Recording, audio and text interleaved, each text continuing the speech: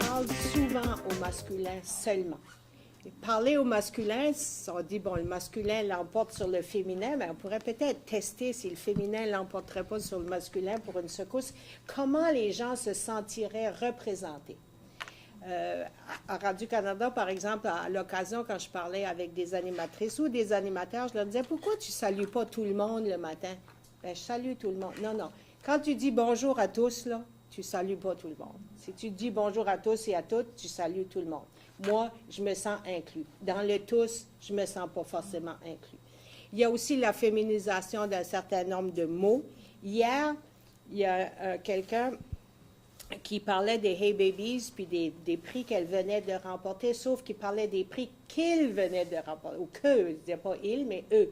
Comme si les Hey Babies à 3 filles, ce n'était pas assez pour féminiser le restant de la phrase.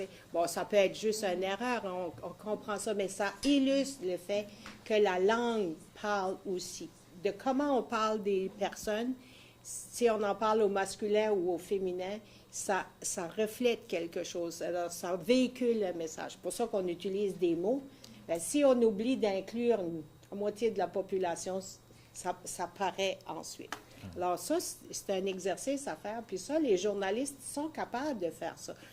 C'est beau parce que journaliste, c'est aussi bien féminin que masculin, mais tous les mots ne sont pas comme ça. Mais d'inclure, puis d'inclure, puis d'inclure. Ça me rappelle un peu, quand j'étais animateur au Téléjournal Acadie, j'avais décidé, en fait, on avait décidé qu'on féminisait le lieutenant-gouverneur. Donc, lieutenant-gouverneur. Ça a duré plusieurs années. Moi, je tenais à ce qu'on dise lieutenant-gouverneur. Mais tout d'un coup, je ne sais pas par quel phénomène on m'a imposé, on a dit non, c'est plus lieutenant-gouverneur, c'est lieutenant-gouverneur. Donc, j'avais fait ma part, mais j'étais plus loin que j'ai pu. La façon dont on pose les questions, dont les mots utilisés, d'ailleurs, ça m'a frappé parce que quand tu as mentionné, quand j'appelle les personnes, puis je demande de parler à un expert sur la question. Tout simplement. Ouais, la plupart du temps, je le demande en anglais pour qu'il n'y ait pas de langue. Oui, mais quand on parle des journaux francophones, ou quand j'appelle quelqu'un, c'est un réflexe de conscientisation de tout le monde. On devrait tout le monde se conscientiser sur la façon dont on pense et on pose nos questions. C'est tout. OK, je ne peux pas résister parce que tu viens de dire on ne le fait pas en anglais, mais je ne sais pas combien de fois je remarque qu'on adresse une table de femmes comme you guys, OK, en anglais, dans un restaurant, par exemple. You guys. Anyway. Mais c'est pas ça que je voulais retourner à ma question auparavant, puis c'était, selon vous, le média, la presse, les communications, c'est quoi les outils qu'il vous faut pour que la représentation des femmes comme personnes ressources vous soit plus disponible? C'est quoi les outils?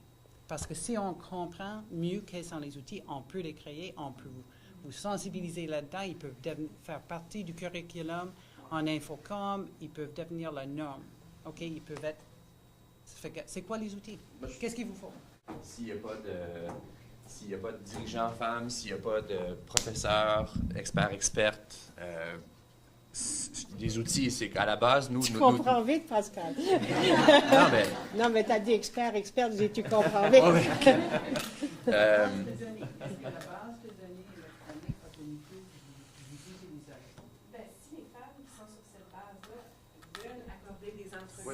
Et se sentent à l'air de le faire. Il n'y a personne qui va refuser. Personne ne va refuser ça. Il y a personne qui va refuser des suggestions. On peut consulter. Nos outils, souvent, c'est un moteur de recherche. On utilise Google, le téléphone. Ben oui, une base de données, ça pourrait être intéressant. Mais c'est ça, si Joël, si vous mettez à exécution votre projet, donc ça pourrait certainement aider les médias dans ce sens-là. C'est sûr et certain qu'il va y en avoir une. Il n'y a même pas de question. La question, c'est que, selon vous, les médias, c'est quoi d'autre? Y a-t-il d'autres choses? Y a-t-il des choses qui peuvent être intégrées dans l'infocom, dans les futurs? Ben, il pourrait y avoir, j'imagine que dans certains cours, il pourrait y avoir un bloc ou quelques cours de sensibilisation ou de discussion, tu sais, un peu comme qu'on fait aujourd'hui. Ça pourrait être utile à l'université, que de l'université, les étudiants et les étudiantes puissent discuter de ça. Je pense qu'à un niveau plus, c'est à la fois macro puis micro, là, il faut reconceptualiser aussi c'est quoi le pouvoir, c'est quoi l'expertise. Comme moi, j'ai déjà fait des entrevues où on m'a demandé de parler de l'effet de la danse sur les personnes avec le Parkinson. Mais parce que je parlais d'une perspective corporelle, mouvement, etc., j'ai senti chez la femme, l'animatrice, que c'est comme si ça passait pas aussi bien. Il y avait comme une crédibilité que je sentais qu'elle ne me donnait pas parce que je parlais pas comme médecin, comme tel ou tel. Mais si j'avais cité des médecins, femmes ou hommes, il y aurait une plus grande crédibilité. Puis quand on dit que les experts, ça doit être des présidents, des directeurs, des ci, des ça, il y a des pouvoirs, des façons de connaître les choses qui sont pas juste dans ces modèles masculins-là. Et j'ai écrit un commentaire cette semaine dans l'Acadie Nouvelle et la façon que je me suis vendue, c'est en disant que j'ai un bac en sociologie et non que je suis une artiste-interprète en danse. Quoique, pour moi, ces deux choses-là sont absolument mariées et ont donné le résultat de ce que j'ai contribué, de ce que j'ai écrit. Fait que moi, je me suis moi-même censurée et je vois très bien, des fois, tu sais, je peux avoir l'expérience dans mon quotidien, comme avec les médias, que si j'offre quelque chose de ma perspective intuitive, que ça passe pas, il y a quelqu'un qui va le traduire en version scientifique, dise la même chose, puis ça passe. Je l'ai vu tellement de fois. Donc, c'est pas juste d'aller chercher plus de femmes, plus de ci, de ça, à ce niveau quantitatif-là. Je pense qu'il faut aussi examiner c'est quoi le genre de pouvoir qu'on respecte, c'est quoi le genre d'expertise qu'on respecte, quelle sorte de connaissances, etc. J'ai l'impression que souvent, puis ça, c'est des stéréotypes, fait qu'il faut faire attention en le disant, mais le regard d'une femme est plus axé vers le compromis et la nuance. Puis souvent, les hommes vont avoir un regard plus tranché sur les choses. Puis d'un point de vue journalistique, des fois, c'est plus payant parce que c'est plus clair, c'est une clip qui est plus efficace. Puis ça a l'air machiavélique de dire ça, puis c'est pas le cas, c'est la nature du métier. Quand tu peux résumer une idée, un point de vue plus facilement... Ben, c'est une qui dit... Non, c'est vrai. Est-ce que ça veut dire que la polarisation est facile, donc, pour les médias? Ben, c'est la nature de la bête. Tu bâtis un reportage en établissant deux points de vue. Deux points de vue qui s'opposent. Plutôt qu'une richesse, une pluralité de dépendamment du type de reportage. Mais c'est sûr que si tu fais un reportage d'1 minute 10 sur un enjeu qui s'est passé cette journée-là, tu vas avoir tendance à établir l'enjeu puis donner des points de vue polarisés là-dessus. C'est la nature de la construction de la plupart des reportages. Puis c'est vrai que souvent, les femmes qui vont aller dans des nuances plus grandes ou un regard plus gris, c'est peut-être moins payant d'un point de vue médiatique. Puis est-ce qu'on a besoin de faire de faire la nouvelle de cette façon-là? Là, on parle d'une logique binaire, c'est soit ça ou ça. Est-ce qu'on ne peut pas faire une logique beaucoup plus, je dirais, écologique, là, beaucoup plus nuancée et avoir différents points de vue? On est peut-être sorti de cette logique binaire, puis on a été longtemps, parce qu'on a été formé là-dedans, c'est soit ça ou soit ça. Mais le monde n'est pas fait, c'est comme ça ou c'est comme ça. Il est beaucoup plus complexe que ça.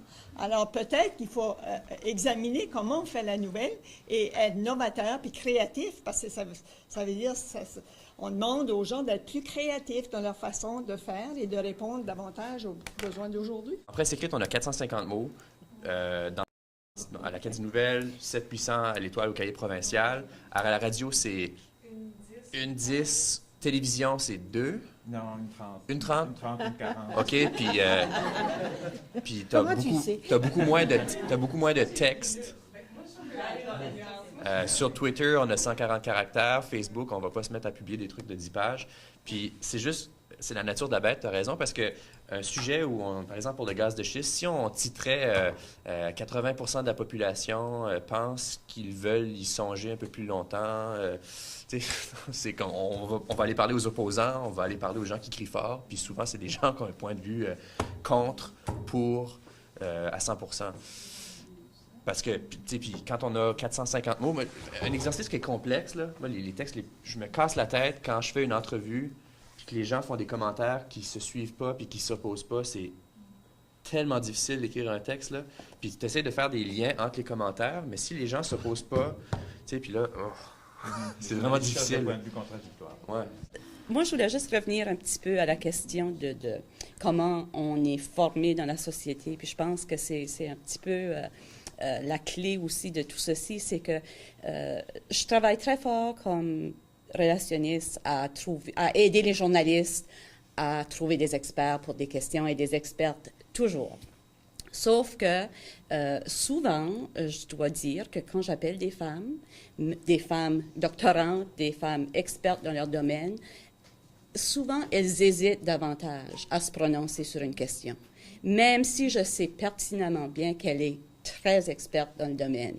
Puis, je l'ai fait encore cette semaine avec quelqu'un où j'ai dû la convaincre qu'elle pouvait et qu'elle devait se prononcer sur la question.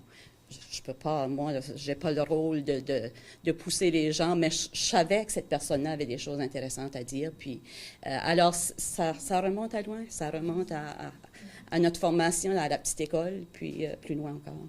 Moi, ce serait simplement de proposer un outil.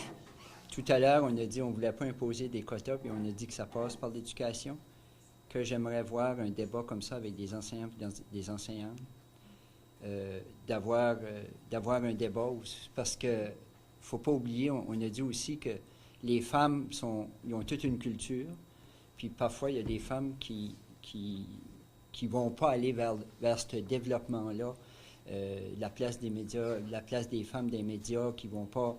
Donc, je crois qu'il y aurait quelque chose à faire en éducation avec nos jeunes. Donc, ce serait peut-être un outil qu'on pourrait prendre en ligne de compte. Je voulais juste pousser un peu plus loin, dans le sens qu'il y a aussi tous les rôles que la société demande aux femmes et les rôles que la société demande à l'homme. Je pense que ça aussi, ça joue beaucoup sur les mentalités des gens, puis sur comment les gens perçoivent qu'ils doivent jouer leur rôle dans la société. Donc, puis j'en discutais avec mes collègues ici, puis c'est aussi que je pense que la femme ne voit pas nécessairement son rôle dans les médias nécessairement. Donc, pour se donner une place, je pense aussi qu'on doit aider à la guider pour lui donner cette place-là. Donc, c'est pas seulement de dire ou d'attendre qu'elle a un rôle de pouvoir parce qu'elle pourra pas nécessairement le prendre si on ne lui fait pas cette place-là. Et donc, je pense aussi que c'est encore plus... C'est comme, Madame, vous l'avez dit tout à l'heure, c'est très ancré chez nous, je pense, parce que c'est pas un rôle qu'on a été habitué à jouer, de prendre notre place publiquement. Puis je pense aussi que c'est sûr que nous, on a un rôle à jouer. C'est pas ça que je veux pas dire que c'est pas nécessairement la responsabilité des femmes, mais je pense aussi que les rôles que la société donne aux hommes et aux femmes représentent aussi par la suite dans les médias. Bon, OK, c'est pas tellement clair qu'est-ce que je suis en train de dire, là, mais... les rôles qui sont prescrits par la société des hommes et des femmes, donc, influent sur l'hésitation, par exemple, que les femmes vont avoir avant d'intervenir dans les médias. Donc, je pense que c'est aussi... C'est un problème beaucoup plus loin que seulement... C'est ça, oui, c'est exactement ça. Ouais. Et c'est récent aussi que les femmes puissent agir, notamment dans les médias ou notamment en tant que politicienne ou ça. Je veux dire, faut rester aussi conscient de ça. Et c'est comme si... maintenant, à l'heure où on est, tout se passe très, très, très rapidement. Et je pense qu'on ressent aussi que tout doit se faire rapidement. Mais on l'a mentionné aussi aujourd'hui, il y a beaucoup plus de femmes dans les universités, il y a beaucoup plus de femmes qui prennent leur place aussi, notamment dans des rôles plus élevés dans la société. Mais je pense que c'est en train de se faire. Et donc, je pense que c'est aussi juste une question de continuer qu'est-ce qu'on est en train de faire et pas seulement de se dire « Ah, il y a encore plein de problèmes ». Je pense qu'il y a des choses de bien qui se font, puis que c'est aussi une transformation des rôles qu'il faut changer aussi dans la mentalité des gens. C'est un mot de la fin. J'ai vraiment aimé la discussion, en fait. J'ai trouvé ça vraiment enrichissant. Puis, je sais pas, je conclurais peut-être en disant c'est comme... c'est sûr que dans l'histoire, les choses changent seulement quand on les fait changer. Donc, si on veut que ça change, il va falloir qu'on fasse quelque chose, et du côté des femmes, et du côté des médias, et du côté global et de la société. Donc, je pense que c'est là que la solution commence, c'est quand on veut un changement. Et il faut aussi le demander constamment. Il faut le demander de nous-mêmes, il faut le demander des organismes médiatiques, puis il ne faut pas lâcher là-dedans. Et puis, je pense qu'il y a beaucoup de leadership chez les femmes, et du leadership conventionnel et du leadership non conventionnel. Il faut le reconnaître. Et il y en a en masse chez les jeunes et chez les moins jeunes, et il faut le reconnaître dans les deux endroits. Fait que c'est ça ma conclusion. Merci. Sarah, Pascal? Oui. Donc, au début, je disais que, puis j'ai pas changé de point de vue, que c'est une responsabilité partagée. Les journalistes, puis ça, je le reconnais. Puis, écoutez, les journalistes ont un rôle à jouer pour toutes sortes de choses. Les médias jouent un rôle pour demander de la transparence des politiciens, pour parler de l'honnêteté des politiciens, de changer des trucs. On parle des guerres, on parle d'inégalités, de pauvreté, etc. Puis, écoutez, pour les questions des femmes, on a un rôle à jouer. Mais la responsabilité, elle est partagée. Les femmes ont aussi une responsabilité, puis la société a une responsabilité. À l'heure actuelle, les femmes n'occupent pas beaucoup de place dans les hautes sphères de direction, puis les hautes sphères politiques, notamment au Nouveau-Brunswick. Donc, les journalistes peuvent faire un effort, les journalistes peuvent se pencher sur cette question-là, puis c'est aussi la conscience, tu sais, penser à ça. Mais si les femmes ne sont pas dirigeantes, ne sont pas élues, n'ont pas de pouvoir économique ou pas assez, les journalistes peuvent juste en faire, peuvent aller à mi-chemin, mettons. Il va falloir que les femmes prennent leur place aussi, puis que la société donne cette place-là aux femmes. Donc, c'est ça. Moi, ce que j'en tiens, c'est que je maintiens ma position que c'est une responsabilité partagée. Tu sais, nous, on doit y penser. On doit, lorsque des personnes sont disponibles pour commenter, on doit songer à ça. On doit peut-être se pencher un peu plus sur des questions qui touchent les femmes. Mais la société, puis les femmes elles-mêmes aussi, ont une responsabilité à jouer là-dedans. C'est ce que j'en retiens. Merci Pascal. Et Louise? C'est difficile de conclure, puis de faire une bonne synthèse de tout ça. Je pense qu'il ne faut pas sous-estimer le pouvoir des médias. C'est pas pour rien qu'on parle du quatrième pouvoir. On parle du législatif, de l'exécutif, du judiciaire, puis après ça, on parle du pouvoir des médias. Puis il ne faut pas sous-estimer ça. Et ça ne se pose pas seulement dans la sphère du politique, ça se pose dans toutes les sphères de l'économique, du social. Ça se pose aussi dans les arts, dans la musique, dans l'éducation. Là, on a parlé de la représentation des femmes en fait, dans les journaux, la partie actualité, dans la radio, les bulletins de nouvelles, tout ça, mais c'est partout. Avez-vous jamais vu encore une émission de musique où est-ce que l'orchestre qui soutient, ce serait un orchestre de femmes? Non, vous n'avez pas vu. On a eu les Muses, on a les Hey Babies, mais ça ne va pas très loin, pas très loin dans le temps, je veux dire. Pour les mêmes raisons, parce qu'à un moment donné, elles vont devoir céder à l'appel de leur communauté, de leurs amours, de leurs enfants, etc. Puis là c'est pas fait pour ça. Quand tu dis, on me demande pas de parler en tant qu'artiste de la danse, mais si j'étais médecin, bâtir la crédibilité des femmes, là, il y a du travail à faire là-dessus. On n'est pas habitué non plus à l'opposition, à être dans l'opposition, de se faire dire, tu as dit ça, puis je suis pas d'accord avec toi, bien, on va aller se cacher. Hein? On a du mal. C'est comme si on était prise aux tripes quand ça arrive. C'est quand on dit, ben peut-être que la personne m'aime pas, peut-être que... Tu sais, on a intégré ça à travers tout le temps, la petite fille gentille, la jeune femme. Alors, on a beaucoup de travail à faire, mais c'est pas parce que je dis ça que ça veut dire que les médias n'ont pas la responsabilité de représenter l'ensemble de la société et les enjeux de l'ensemble de la société, et qu'il n'y a pas d'enjeux qui sont sans intérêt.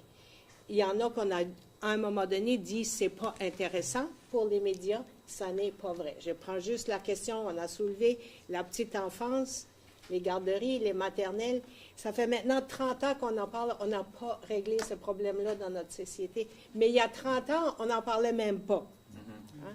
Alors, parce que c'était pas, ça faisait pas partie des vraies questions. Bon.